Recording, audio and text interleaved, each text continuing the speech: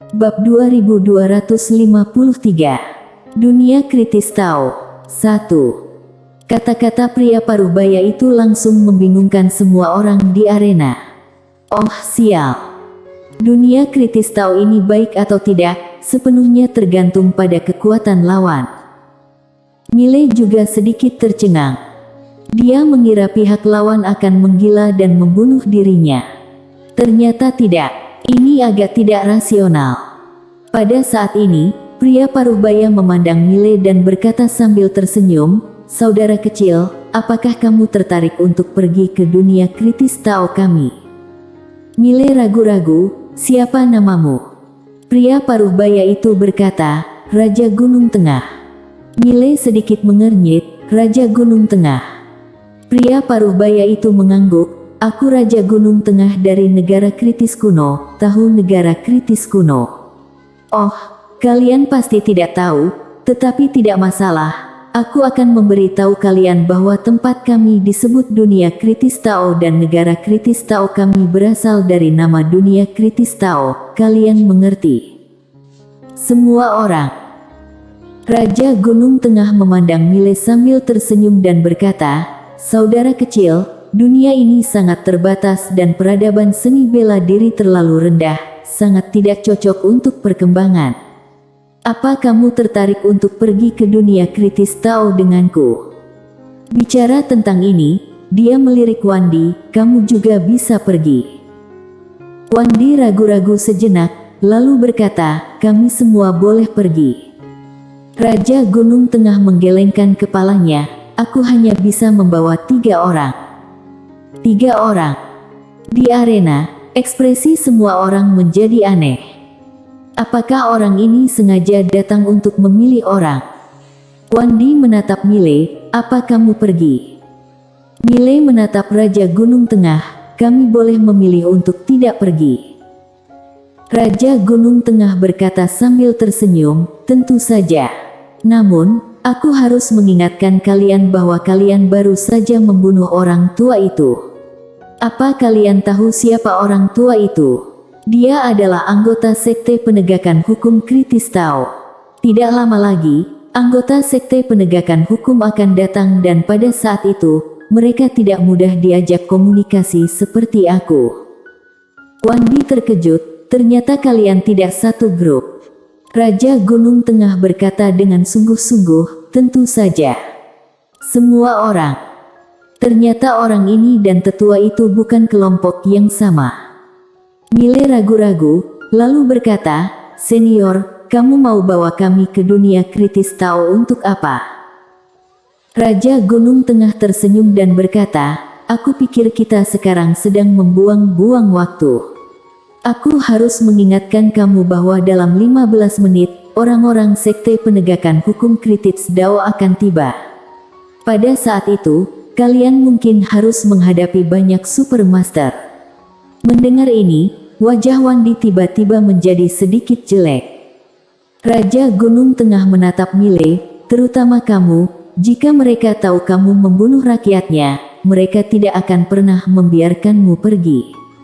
Jika kamu bersedia pergi ke dunia kritis Tao bersamaku, aku bisa menyelesaikan masalah ini untukmu."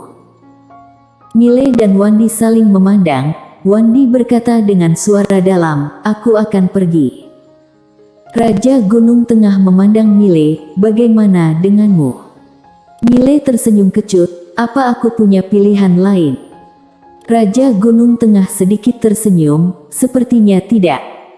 Saat ini, Gina tiba-tiba berkata, "Yang mulia, bukankah masih ada satu tempat?" Raja Gunung Tengah melihat Gina, "Kamu ingin pergi?" Gina mengangguk. Raja Gunung Tengah tersenyum dan berkata, "Beritahu aku alasan." Gina melirik Wandi dan Mile, "Kenapa kamu memilih mereka?" Raja Gunung Tengah menunjuk ke Wandi, "Karena dia jenius. Selama aku beri sedikit bimbingan, seorang jenius super akan muncul di negara kritis Tao aku." Gina menunjuk ke Mile, "Bagaimana dengan dia?" Raja Gunung Tengah melirik Mile, lalu berkata sambil tersenyum, "Ada orang di belakangnya. Jika belakangmu juga ada orang, kamu juga bisa ikut denganku. Semua orang. Ekspresi Gina tampak kaku. Pada saat ini, orang suci mengetahui nasib di belakang Gina tiba-tiba berkata, "Yang mulia, jika diminta untuk memilih salah satu dari mereka, siapa yang akan kamu pilih?" Wandi, Mile. Di arena, semua orang memandang Raja Gunung Tengah. Raja Gunung Tengah tiba-tiba melambaikan tangan kanannya. Boom. Orang suci mengetahui nasib yang sedang berbicara langsung dimusnahkan. Raja Gunung Tengah tersenyum dan berkata, "Sampah macam apa ini? Tidak ada kekuatan apapun, berani menabur perselisihan di depanku." Orang-orang suci mengetahui nasib di belakang Gina tidak berani berbicara lagi. Raja Gunung Tengah memandang Mile dan Wandi, lalu berkata sambil tersenyum, "Sisa tidak banyak waktu lagi. Ayo pergi." Wandi berbalik dan menatap orang-orang klan jahat. "Mulai sekarang, Bratgu akan menjadi ketua klan jahat." Mendengar apa yang ingin dikatakan orang-orang klan jahat itu, Wandi tiba-tiba berkata, "Ini adalah pilihanku, jangan khawatir, aku akan kembali." Orang-orang klan jahat saling melirik, lalu berlutut serempak, "Selamat tinggal, ketua klan." Mereka secara alami tahu bahwa ini adalah kesempatan Wandi untuk mengubah nasib. Mengubah nasib Wandi sama dengan mengubah nasib klan jahat. Ini adalah sesuatu yang bagus. Wandi mengangguk sedikit, lalu menatap Raja Gunung Tengah, "Ayo pergi." Raja Gunung Tengah tersenyum dan berkata, "Bagus." Saat berbicara, dia memimpin Mile dan Wandi menuju langit. Bersambung.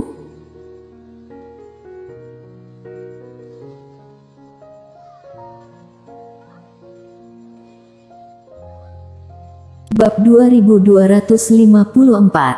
Dunia Kritis Tao 2. Melihat Mile dan yang lainnya pergi, wajah Gina dan lainnya suram seperti air, tidak tahu apa yang mereka pikirkan. Kiona memandang Mile di langit, hanya lihat begitu saja. Setelah memasuki gerbang batu, Mile bertiga mulai bergerak dengan cepat. Mile tiba-tiba bertanya, "Senior, kenapa kamu membunuh Raja Gunung Salju?" Raja Gunung Tengah tertawa dan berkata, "Orang ini terlalu sombong dan lagi pula terlalu percaya diri, tidak ada gunanya jika dibiarkan hidup." Wandi berkata, "Siapapun yang memiliki sedikit kemampuan pasti merasa sedikit sombong." Raja Gunung Tengah tersenyum sedikit, "Kamu benar, tetapi di mata kami, dia tidak memiliki banyak kemampuan." Wandi tersenyum kecut, "Menurutku dia lebih baik dariku." Raja Gunung Tengah menggelengkan kepalanya, "Belum tentu, dia sudah berlatih lebih lama darimu. Jika kamu berada di generasinya, kamu tidak kalah darinya. Selain itu, kamu memiliki hati yang lebih baik." Mile tiba-tiba berkata, "Bagaimana denganku?"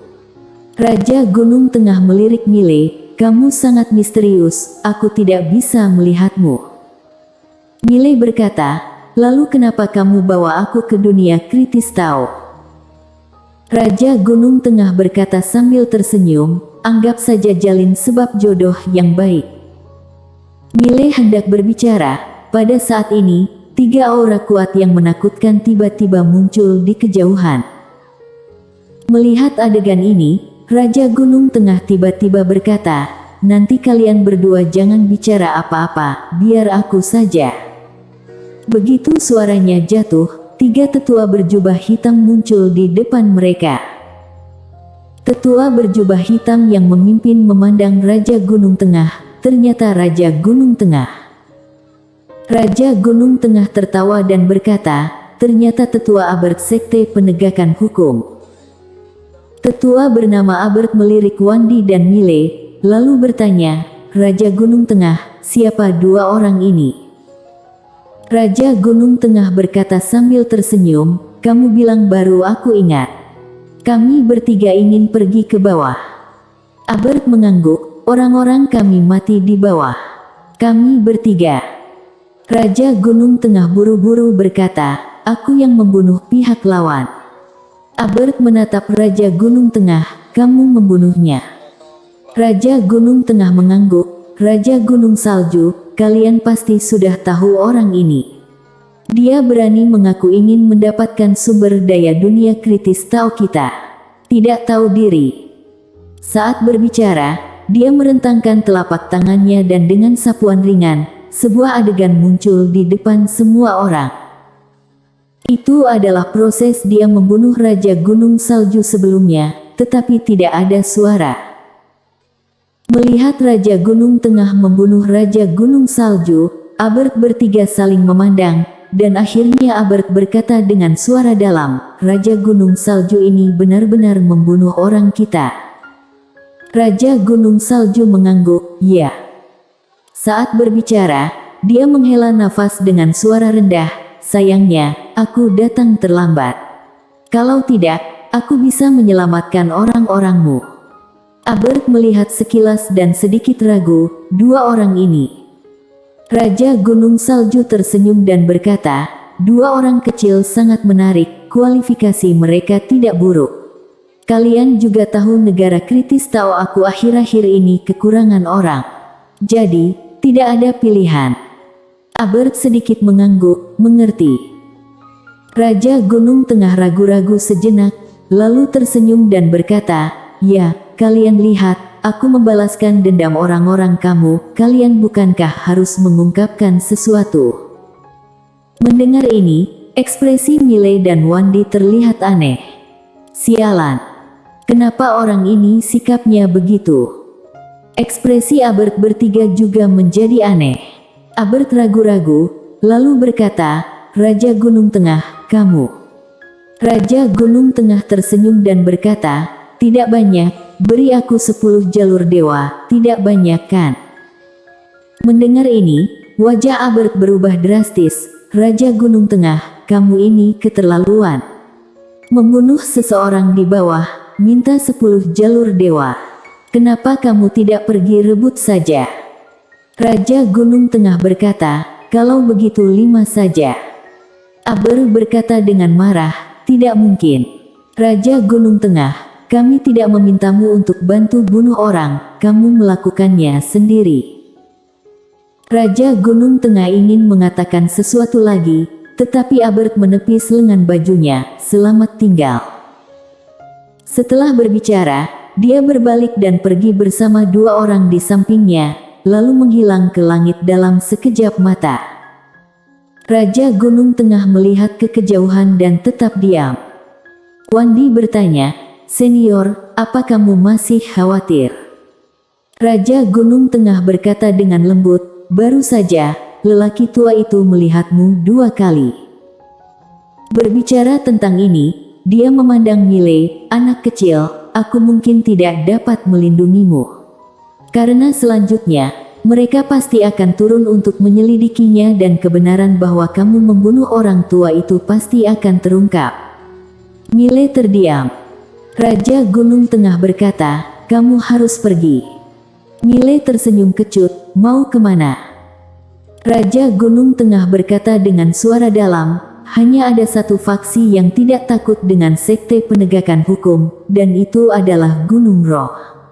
Kamu harus pergi ke Gunung Roh, selama kamu bisa bergabung dengan Gunung Roh dan Gunung Roh bersedia melindungimu, maka kamu akan baik-baik saja. Miley sedikit mengernyit, Gunung Roh. Raja Gunung Tengah mengangguk, dia mengeluarkan sepucuk surat dan menyerahkannya kepada Miley. Aku tahu seorang tetua di Gunung Roh, namanya Violeta Yan. Kamu pergi cari dia, kemudian cari cara untuk masuk ke sektenya. Selama kamu bisa bergabung dengan sektenya, maka kamu tidak perlu takut dengan sekte penegakan hukum. Miley hendak berbicara. Saat ini Raja Gunung Tengah tiba-tiba berkata, saudara kecil, kami pamit. Setelah berbicara, dia menghilang bersama Wandi. Di tempat, Miley tampak bingung. Di sisi lain, Wandi berkata dengan suara dalam, Senior, kenapa kamu? Raja Gunung Tengah menghela nafas dengan suara rendah, bukannya aku tidak ingin melindunginya, hanya saja aku tidak bisa berbuat apa-apa. Saudaramu ini sangat tidak sederhana, terutama pedang di tangannya. Pedang itu tidak hanya di luar dunia bawah kalian, tetapi juga melampaui cakupan dunia kritis Tao juga. Saat mengatakan itu, dia menoleh dan berkata dengan lembut, aku juga ingin memeluk paha besarnya, tetapi ada terlalu banyak orang di belakangku, aku tidak ingin bertaruh dengan nyawaku sendiri. Biarkan dia pergi menyakiti Gunung Roh. Bersambung.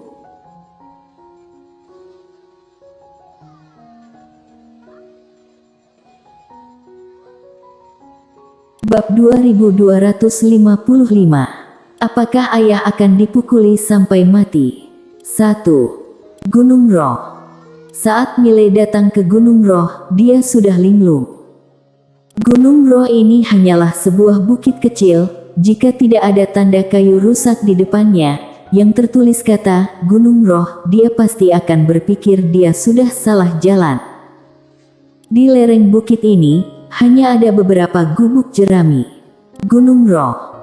Miley merasa lebih tepat menyebutnya Gunung Bobrok. Bagaimana ini? Setelah lama terdiam, Miley tetap maju berjalan menuju Gunung Roh. Sekarang sudah di sini, jadi tetap harus naik dan lihat, kan? Saat sampai di puncak Gunung Roh, yang dilihat adalah gubuk jerami yang bobrok. Di depan gubuk jerami, seorang tetua sedang menyapu lantai. Tetua itu berpakaian sangat sederhana, dengan rambut beruban dan terlihat sangat kuyuh. Melihat adegan ini, Miley tampak ketakutan. Dilihat dari pengalaman masa lalunya, tetua penyapu di tempat seperti ini pada dasarnya adalah master yang tak tertandingi.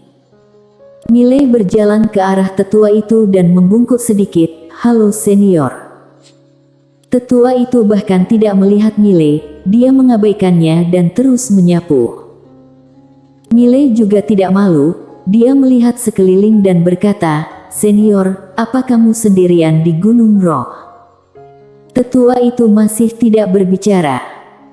Pada saat ini, Miley mengeluarkan pedang biru gaib dan menyerahkannya kepada tetua itu.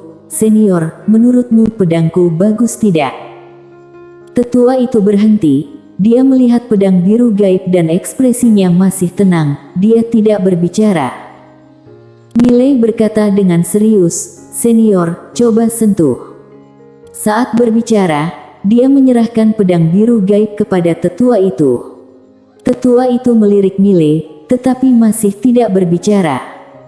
Miley hendak berbicara, pada saat ini, tetua itu tiba-tiba memegang pedang biru gaib.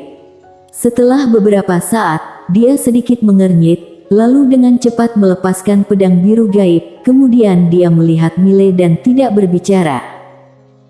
Miley berkata dengan suara dalam, "Senior, mulai sekarang, aku adalah anggota Gunung Roh."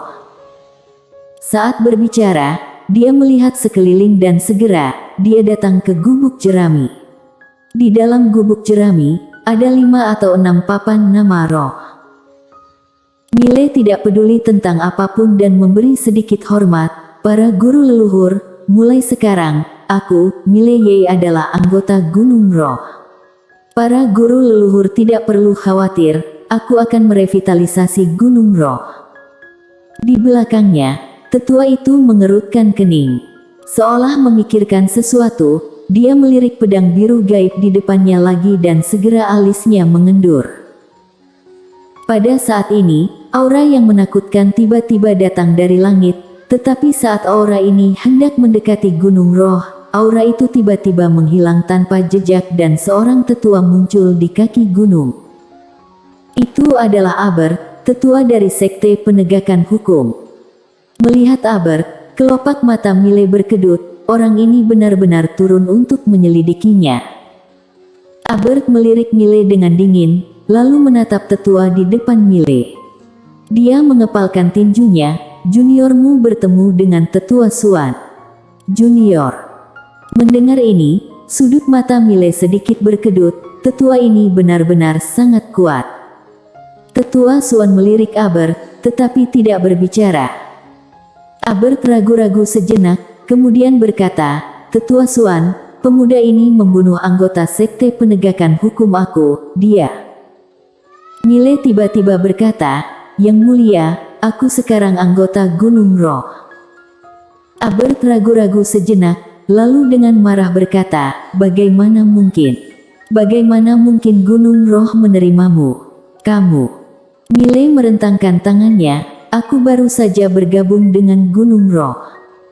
Albert menatap Mile, Gunung Roh tidak menerima siapapun selama 3 juta tahun ini. Bagaimana mungkin menerima orang sepertimu? Mile berkata dengan marah, aku bergabung secara sepihak, boleh tidak? Mendengar ini, Albert tertegun. Bergabung secara sepihak. Trik macam apa ini?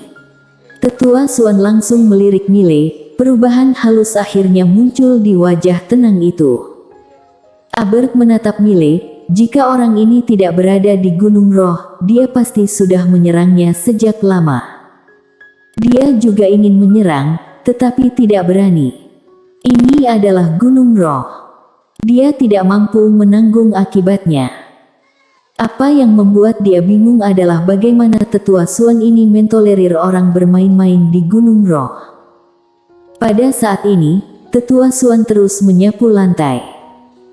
Albert memandang Mile, wajahnya agak jelek. Mile, orang lain tidak bilang mau menerimamu, kenapa kamu masih ada muka untuk diam di sana?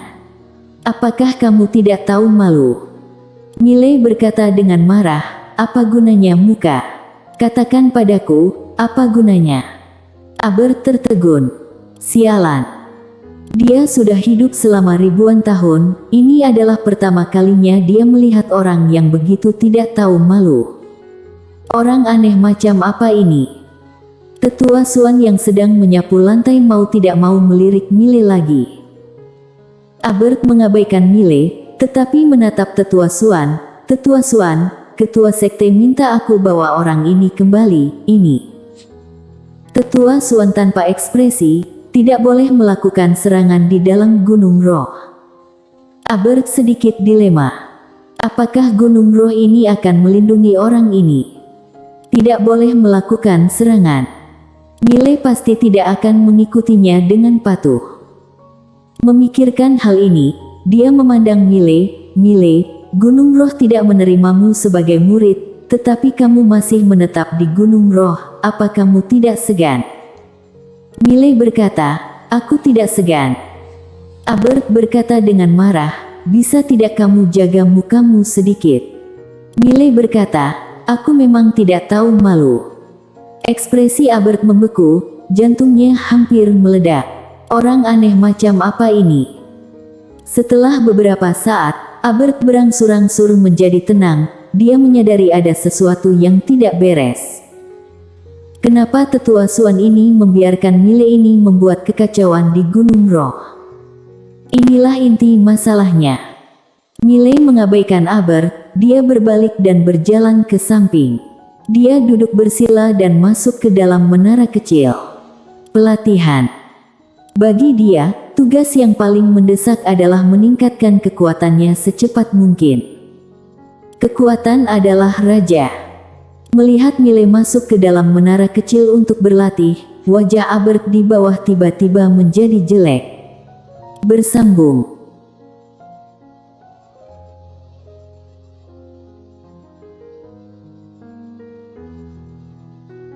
Bab 2256. Apakah ayah akan dipukuli sampai mati? 2. Albert memandang tetua dan ragu-ragu. Tetua Suan, kamu.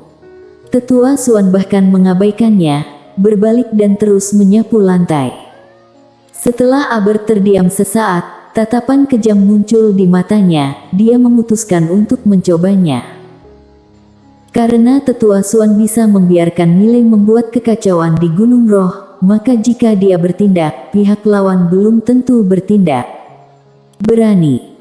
Memikirkan hal ini, Albert tiba-tiba menghilang di tempat dan langsung menuju ke lokasi Mile di Gunung Roh. Dan saat dia hendak mendekati Mile, Tetua Suan tiba-tiba melambaikan lengan bajunya. Boom!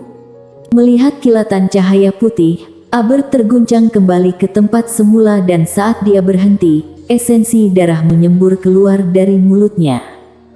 Albert tertegun. Dia memandang Tetua Suan di atas gunung. Tetua Suan. Tetua Suan menatap Albert dengan dingin. Jika kamu menyerang lagi, jiwa spiritualmu akan musnah. Albert sedikit bingung. Tetua Suan, kenapa kamu tidak menyerangnya?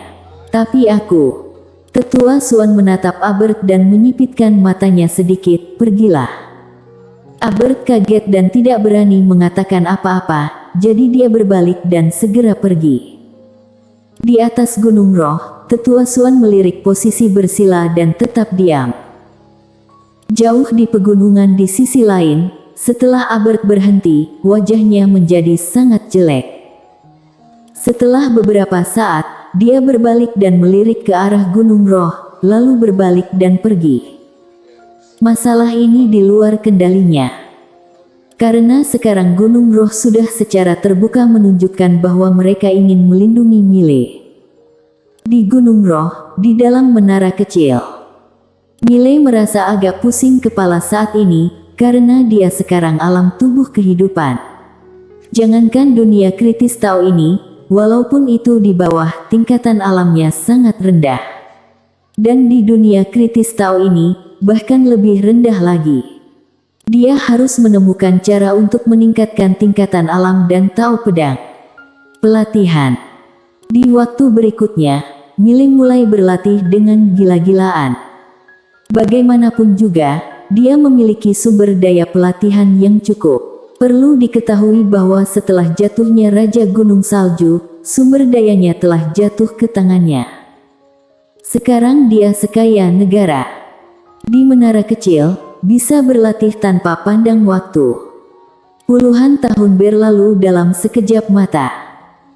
Pada saat ini, dia telah mencapai jiwa kehidupan dan selanjutnya, dia mulai bergegas ke dewa kehidupan. Selama pelatihan, dia juga tidak menganggur. Dia berjalan mengelilingi seluruh Gunung Roh. Tentu saja, Gunung Roh memang tidak besar. Dan di sebuah gubuk jerami di Gunung Roh, dia menemukan beberapa buku kuno, bukan teknik pelatihan atau teknik seni bela diri, tetapi beberapa buku lain. Dan di antara buku-buku lain ini, dia secara umum mengerti tentang dunia kritis Tao dan Gunung Roh. Peradaban seni bela diri di dunia kritis Tao ini bisa dianggap sebagai tingkat ke-9, yang merupakan peradaban tertinggi yang dikenal bisa menghilangkan peradaban tingkat dewa. Di bawah dunia kritis Tao, ada alam semesta yang tak terhitung jumlahnya. Tetapi orang-orang di alam semesta di bawah ini, semuanya disegel oleh dunia kritis Tao. Seperti halnya kota pemakaman, orang-orang di bawah sama sekali tidak bisa merasakan keberadaan dunia kritis Tao dan dunia kritis Tao sama sekali tidak tertarik dengan dunia bawah. Sebenarnya dunia kritis Tao juga termasuk peradaban di bawah tingkat 9. Namun, dalam kurun waktu tertentu, muncul seorang super jenius di dunia kritis Tao, Prada. Orang ini menciptakan tingkatan alam yang belum pernah ada sebelumnya, yaitu tiada. Kenapa tiada? Yaitu benar-benar melompat keluar dari tingkatan alam, tidak berada dalam tingkatan alam apapun dan tidak terikat oleh tingkatan alam. Hatiku bebas, pikiranku bebas, tubuhku bebas, jiwaku bebas, jalanku bebas. Apa itu bebas? Mengabaikan ruang waktu, mengabaikan waktu, mengabaikan hidup, mengabaikan kebenaran agung. Keluarlah dari semuanya, karena bebas.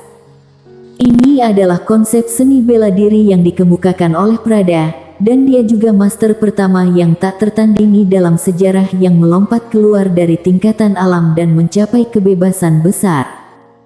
Alam tiada. Justru karena itu, dia membawa dunia kritis Tao mencapai peradaban tingkat ke-9 dan dunia kritis Tao awalnya tidak disebut dunia kritis Tao, tetapi untuk mengenang master yang tiada tandingan ini, dunia ini diubah dunia kritis Tao.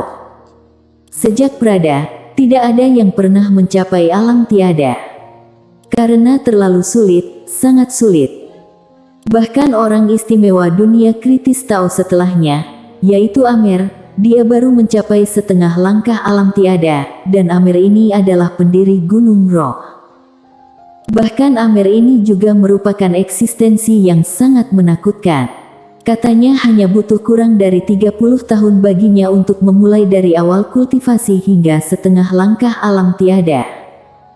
Melihat ini, Mile mau tidak mau merasa malu. 30 tahun. Oh sial. Apa-apaan ini?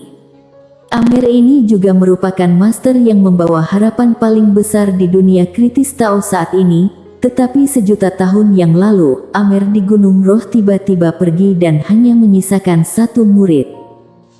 Pada hari itu, semua orang berpikir bahwa Amer telah mencapai alam tiada, tetapi saat Amer pergi, tidak ada pergerakan sama sekali. Tidak ada yang tahu kemana dia pergi dan tidak ada yang tahu apakah dia telah mencapai alam tiada atau belum. Di gubuk jerami, Mile melipat buku kuno di tangannya dan tetap diam. Alam tiada. Dia menoleh melihat langit di luar gubuk jerami, jejak kebingungan muncul di matanya. Alam tiada di dunia kritis Tao ini sepertinya agak dekat dengan Lydia dan ayah. Apakah kehidupan generasi kedua aku akan segera berakhir? Apakah ayah akan dipukuli sampai mati? Pria berbaju biru bersambung.